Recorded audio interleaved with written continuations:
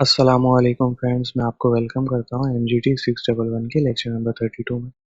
Lecture number 32 का main title है negotiable instrument. हम बिजनेस एंड लेबर लॉ की शॉर्ट लेक्चर सीरीज को कवर कर रहे हैं। आज के लेक्चर का टॉपिक नंबर 1 होगा concept, object and purpose. Second topic हमारा होगा प्रोमेशनरी नोट। थर्ड टॉपिक हमारा होगा थ्री काइंड ऑफ प्रोमेशनरी नोट। तो आइए अपने लेक्चर को स्टार्ट करते हैं। गाइस, आपसे रिक्वेस्ट है वीडियो को लाइक कर दिया करें, शेयर कर दिया करें और चैनल को सब्सक्राइब जरूर किया करें।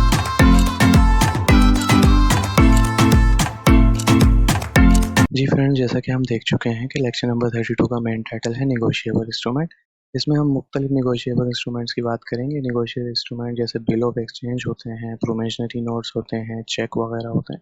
ऐसे सारे इंस्ट्रूमेंट जो हैं इनको निगोशिएबल इंस्ट्रूमेंट कहते हैं। इनसे रिलेटेड लेबर लॉ क्या कहता है, बिजनेस लॉ क्या कहता है, तो उसमें यहाँ पे हमें मुख्तलिफ एक्ट से रिलेटेड जो कानून हैं उनके मुख्तलिफ सेक्शंस दिए गए हैं और उसकी मुख्तलिफ डेफिनेशंस दी गई हैं।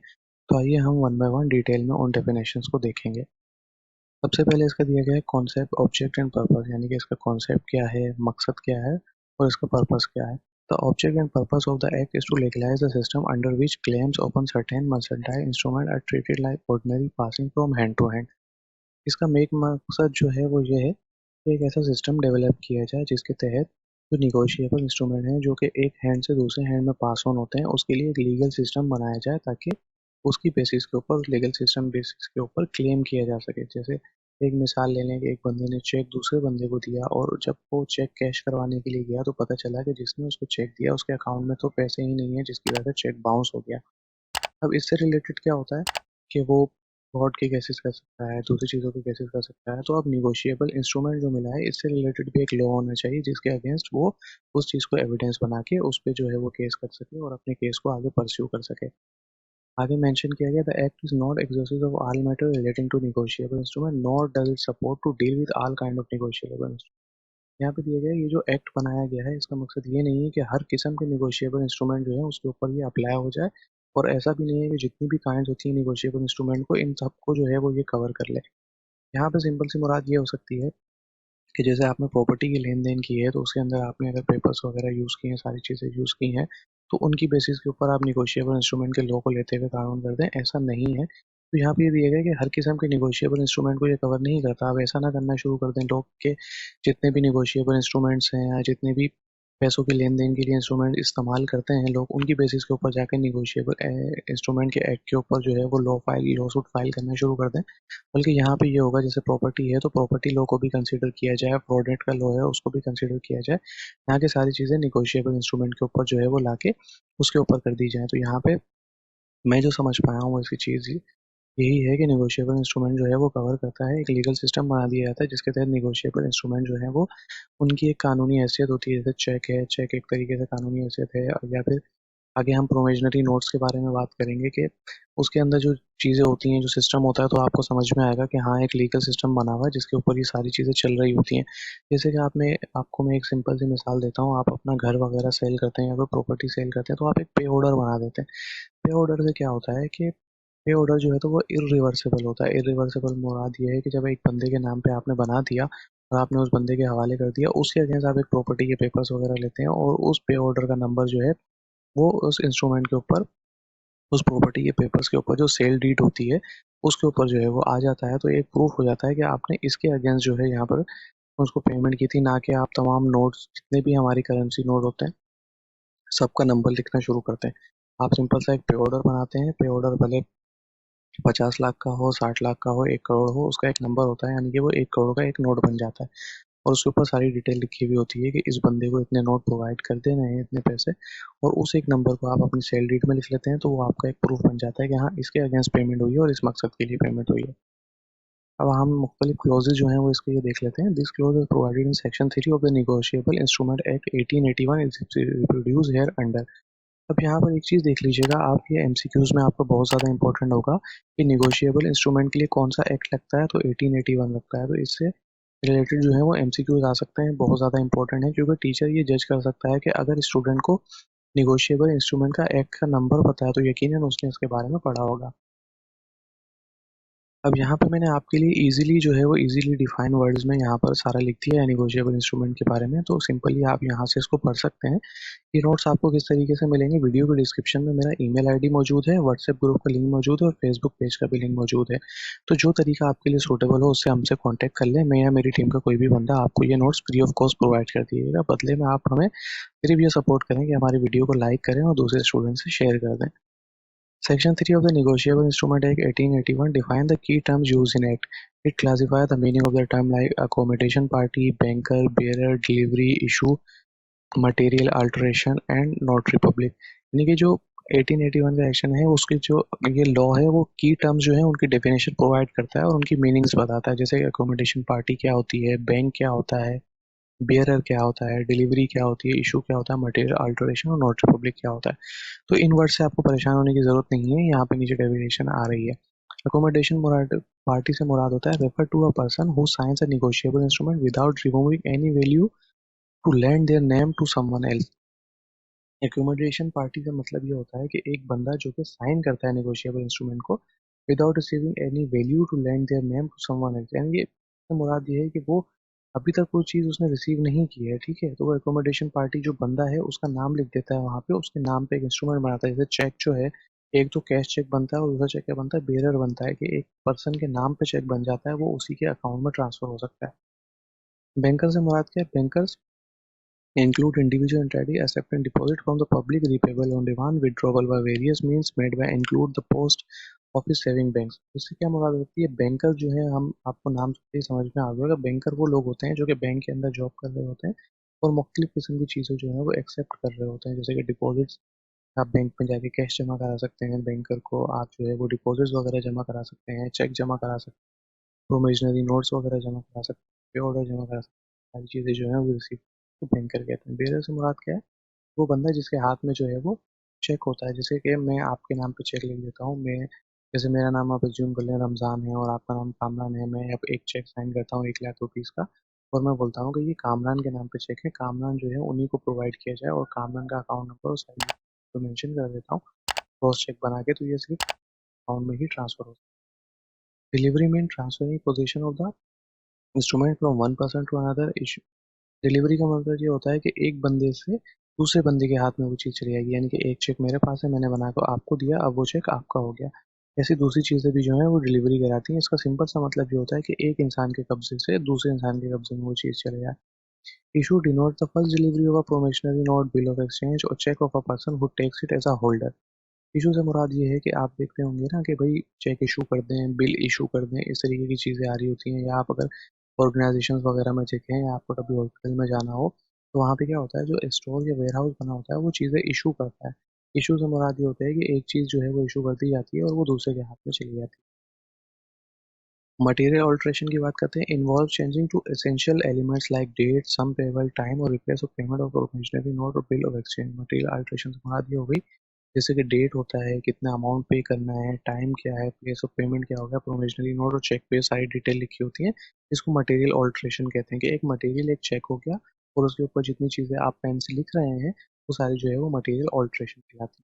नोटरी पब्लिक लिख देते हैं, encompassing individual appointed by the central government under the notaries ordinance 1961 to perform notary function under the act. Notary function आपने मुख्तलिफ देखा होगा कि नोटरी पब्लिक वाले लोग बैठे हुए होते हैं, जैसे आप डोमिसाइल पीआरसीज वगैरह बनाते जाए तो वहाँ पे कुछ लोग बैठे हुए होते हैं जो कि स्टैम्प पेपर और सारी चीज़ों के जो है वो काम वगैरह लिख रहे होते हैं, सारी चीज़ें कर रहे होते हैं, तो ये सारी नोटरी पब्लिक की डिटेल्स के अंदर आ जाता है।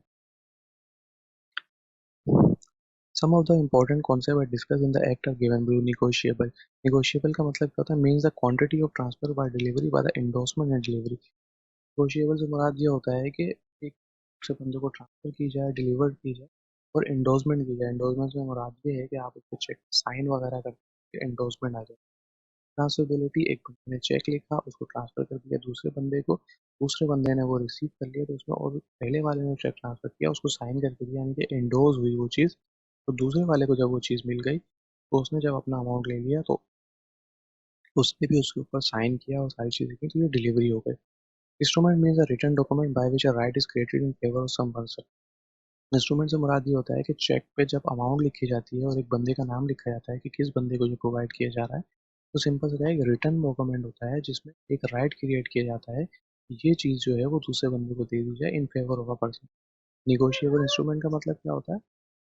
A written document which is freely transferable and which create a right in favor of some person to receive some negotiable instrument का अगर हम मतलब देखें तो एक रिटर्न डॉक्यूमेंट होता है जो कि फ्रीली जो एक राइट क्रिएट करता है कि इस बंदे से उस बंदे के पास पैसे चले।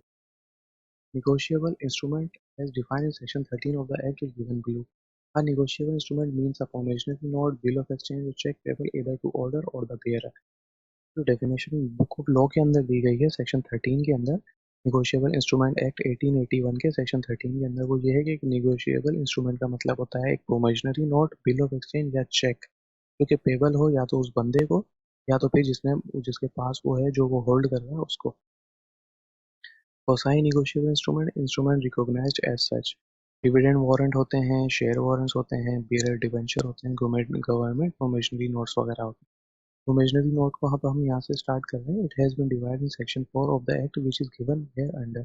A promissory note is an instrument in writing, note being a bank note or a currency note containing conditional undertaking by the maker to pay a demand or a fixed or determinable in future time by a certain of money only to the order of a certain person or the bearer of the instrument. एक प्रोमिशनरी note जो होता है एक instrument होता है जो writing में लिखा हुआ होता है। एक bank one not being bank note और करेंसी नोट, ये कोई बैंक का नोट या करेंसी नोट नहीं होता। इसके अंदर एक अनकंडीशनल अंडरटेकिंग होती है। अनकंडीशनल अंडरटेकिंग जो होती है इसके ऊपर कोई डिमांड नहीं लिखी होती कि ये काम होगा तो ये काम हो जाएगा, बल्कि जब एक प्रोमिशनरी नोट्स आपने लिख दिया तो वो सिंपल सा एक नोट होता है। जैसे आपके पास 1000 रुपए हैं, आप जाके दुकान पे वो पैसे देंगे और अपने बदले में उससे चीजें ले लेंगे। वो ये नहीं कहेगा कि 1000 रुपए के ऊपर जो है वो आप टिक मार्क का निशान लगा के दें जब भी मैं आपको पैसे दूंगा। अगर वो ये आपसे कहे कि 1000 रुपए के ऊपर टिक मार्क का निशान लगा के दें तो ये कंडीशनल अंडरटेकिंग हो गई। आपने सिंपल 1000 रुपए का नोट उसके पास लेकर गए दुकान वाले के पास और आपने मुख्तलिफ किस्म की चीजें ले ली। उसने आपसे सिर्फ ये देखा कि हाँ नोट की अपीयरेंस ठीक, फटा हुआ तो नहीं है, इस पे जो लिखा हुआ है वो ठीक है, नोट असली है।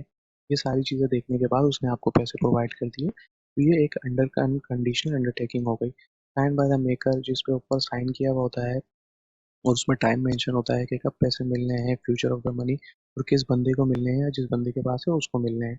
एक प्रोमिसरी नोट किस तरीके का होता है, देखिए यहाँ पे साइड में पैसे लिखे हुए होते हैं, उसके बाद सिटी होती है, डेट होता है और उसके बाद अमाउंट लिखा हुआ होता है कि जैसे यहाँ पे लिखा हुआ है 30 days आफ्टर ड्यू डेट, यानी कि 20 अगस्त को ये हुआ है तो 20 अगस्त के 30 दिन बाद, यानी कि 22 अगस्त, उसके बाद 2 सितंबर, उसके बाद 12 सितंबर, ये 12 या 13 सितंबर 2007 को अब मिस्टर कमाल साहब को जो है 1 लाख रुपए मिल जाने चाहिए। तो यहाँ पे यासिर महमूद जो है उन्होंने साइन कर दिया और उन्होंने बनाया। तो यहाँ पे लिखा हुआ है the notes given below do not qualify to be class of promissory note in light of the definition contained in section 4। अब यहाँ पे देखें जो डेफिनेशन दी गई है उस पर किस चीज़ पे दौर किया गया है, अनकंडीशनल अंडरटेकिंग पे। अब यहाँ पर देखें ये अनकंडीशनल अंडरटेकिंग अगर मीट नहीं होगी तो वो जो है प्रोमिसरी नोट नहीं कहलाएगा, क्योंकि प्रोमिसरी नोट जो है वो अनकंडीशनल होता है। अब यहाँ पे एक एग्जांपल दी गई है कि ये अनकंडीशनल नोट नहीं है। इस तरीके से 30 days after date I promise to pay mister Ahmad Kamal और, यानी कि बिल्कुल सेम यही दिया गया है, लेकिन यहाँ पे क्या किया 30 days आफ्टर डेट, तो यहाँ पर कोई डेट वगैरह मेंशन नहीं है। यहाँ पे तो डेट मेंशन है ना। अब यहाँ पे कोई डेट ही मेंशन नहीं है तो इससे क्या हो जाएगा कि यहाँ यहाँ पे कहलाएगा कि भाई ये जो है ये प्रोमिसरी नोट नहीं चाहिए, this is not the amount promised is not certain and ascertainable on the date of making the promise। जो अमाउंट है वो मेंशन नहीं, वो सर्टेन नहीं है और उसके बाद जो डेट है वो मेंशन नहीं है। The notes given below do not qualify to be called promissory note in the light of the definition contained in section 4। अब ये वहाँ आता है कि प्रोमिसरी नोट जो है वो नहीं कहलाएगा क्योंकि इस पे अनकंडीशनल अंडरटेकिंग नहीं है। अब यहाँ पे कुछ एक्सप्लेनेशन वगैरह दी हुई है, उसको आप डिटेल में देख लीजिएगा ताकि आपको मजीद समझ में आ जाए। वैसे आपके लिए ये जो मैंने पढ़ा दिया ये भी इनफ है। The section recognise three kind of promissory note, three kinds होता है प्रोमिसरी नोट के। पहला क्या है, a promise to pay certain sum of money, के वादा किया जाए कि इतना पैसे जो है वो किसी को पे करने हैं। A promise to pay certain sum of money to the order of a certain person, this is nevertheless payable to the person named or is order. यानी कि एक प्रॉमिस किया जाए कि सर्टेन मनी जो है वो सर्टेन पर्सन को देंगे, this is nevertheless payable to the person named or is order. यानी कि ऐसा नहीं है कि किसी बंदे का नाम ही ना लिखा हो और उसको जो है पेमेंट की जाए, ये सर्टेन पर्सन का मेंशन करना जरूरी है। अब promise to pay the pair एक प्रॉमिस हो जाए कि जो जिस बंदे के पास है, जो होल्डर है उस प्रोमिसरी नोट का, जिसको ये प्रोमिसरी नोट मेकर की तरफ से दिया गया है, उसको पैसे पे करने हैं। In order that a document should be a promissory note it is necessary that it should be. एक डॉक्यूमेंट को आप कि वो एक प्रोमिशनरी नोट कहलाए, इसके लिए चंद बातें जरूरी हैं, वो यहाँ पे दी गई हैं।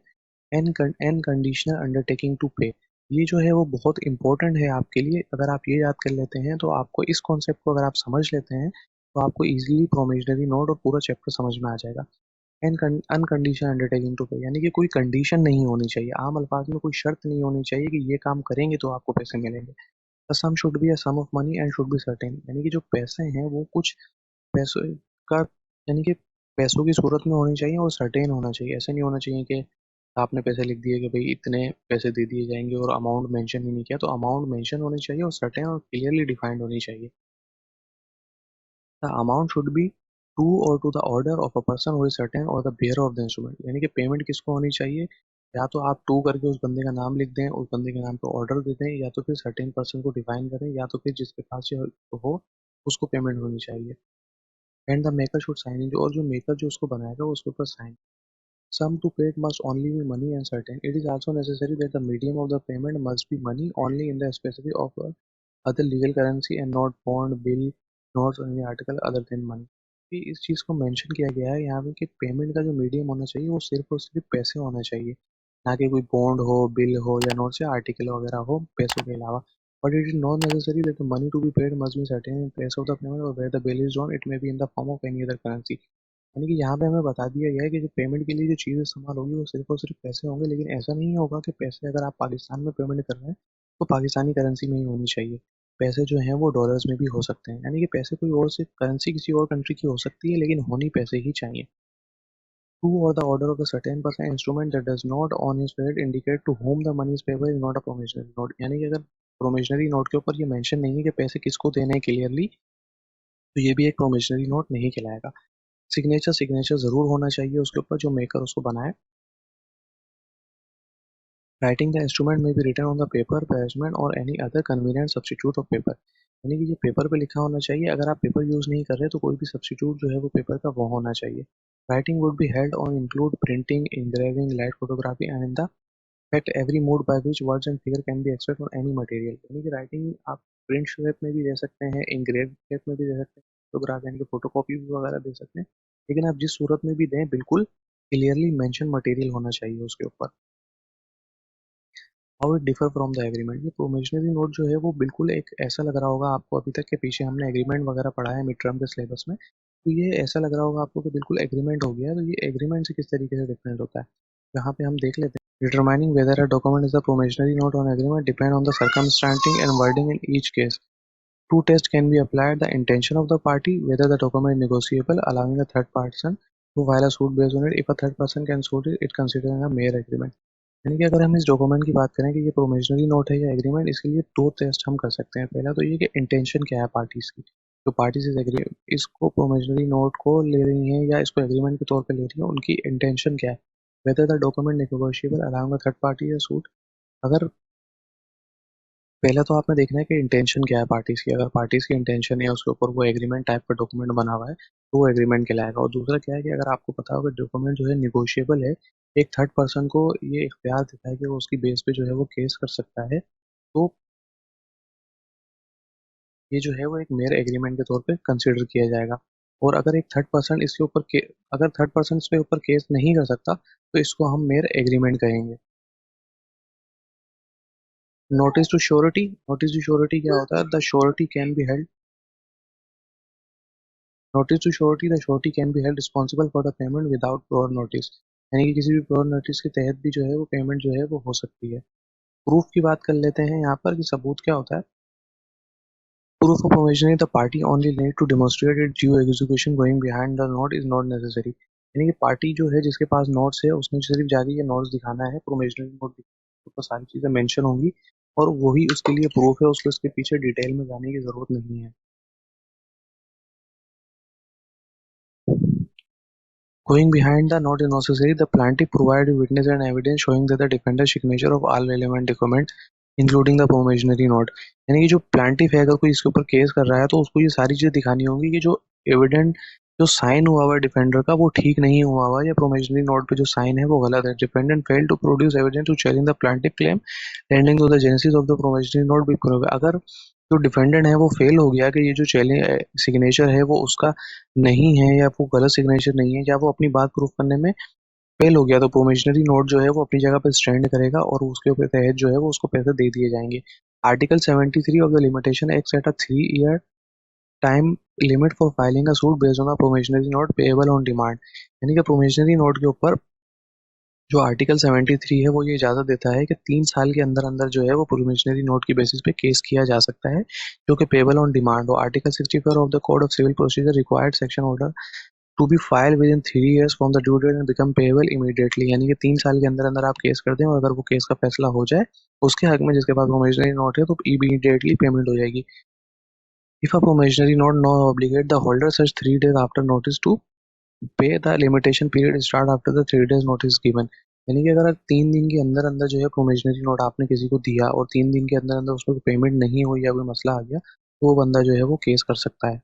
Consideration for a promissory note doesn't need to be paid on the same date of execution, even consider payment in earlier valid.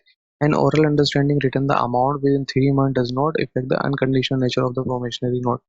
यानी कि अगर आप ओरली कोई बात कर रहे हैं, आपस में कोई अंडरस्टैंड कर लेती है पार्टी, तो वो ओरली जो है वो चीज़ को डिफाइन नहीं करती है, बल्कि कानून जो है वो रिटन एग्रीमेंट और जो प्रोमिसरी नोट के ऊपर लिखा हुआ है उसी के ऊपर चलेगा।